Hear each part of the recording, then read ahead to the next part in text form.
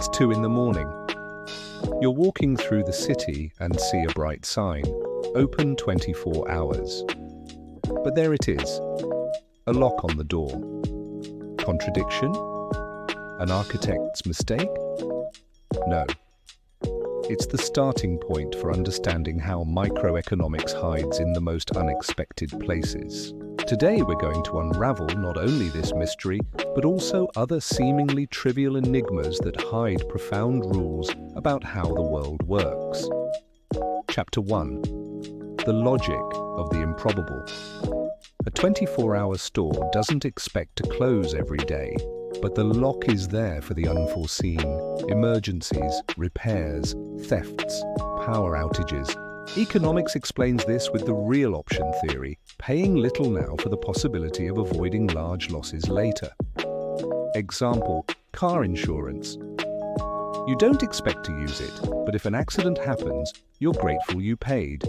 A lock serves the same purpose. It is cheap insurance against a potential disaster. Chapter 2. The economics of paradoxes. The lock isn't the only oddity. Let's look at some other examples. 24-hour stores that sell umbrellas on a sunny day. They don't sell them every day, but on a rainy day, they're golden.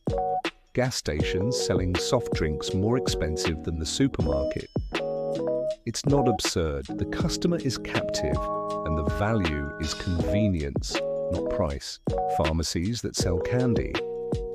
They mix basic necessities with cravings to increase the average ticket. In economics, these paradoxes have a logic. Businesses don't just sell products, they sell context, urgency, and convenience. Chapter 3. The mystery of the popcorn at the movie theater. Did you know that the majority of a movie theater's profits don't come from tickets, but from popcorn? Why?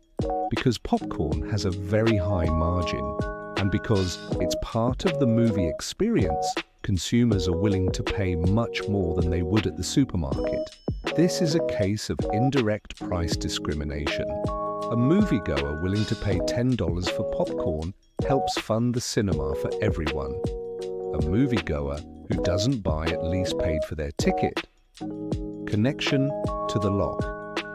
What seems irrational, closing a 24-hour store or selling overpriced popcorn, is a matter of economic optimization. Chapter 4. Hidden incentives. Economics is about incentives. Why supermarkets place the most profitable products at eye level. Why bars offer water that's more expensive than beer.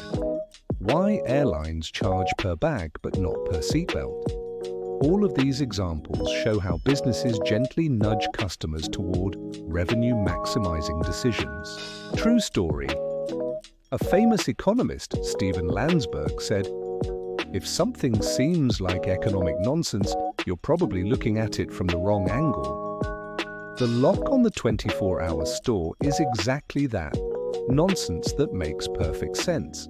Chapter 5. Consumer psychology.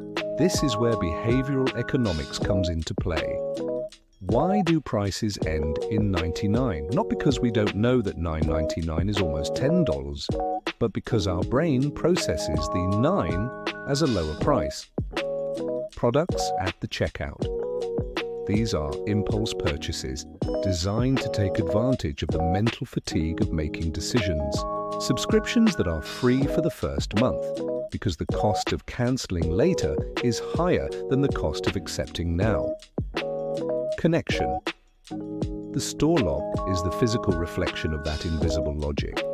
It's not there to be used every day, but for those moments when the psychology of the customer or the environment demands it.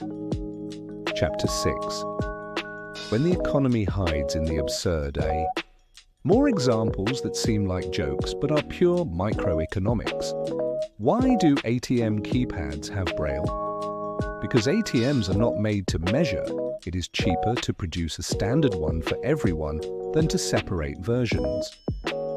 Why do garbage trucks sometimes take strange routes? Because they are optimized by time and fuel cost algorithms, not by what seems most logical to the human eye. Why do stores put locks even if they are open 24 hours, because economic logic prioritizes low, marginal costs versus high potential benefits. The next time you walk past a convenience store and see a lock, remember, it's not a mistake. It's a symbol, a reminder that microeconomics is everywhere, in prices, in incentives, in invisible decisions. The trivial hides logic, and the absurd often makes more sense than we think. Understanding these little things not only entertains us, it also teaches us to look at the world we live in with different eyes, because economics, in the end, isn't a far-off science. It's the lock on a store that never closes. What do you think? Let me know in the comments, and don't forget to subscribe for more videos where we uncover the secrets and curiosities of the economy.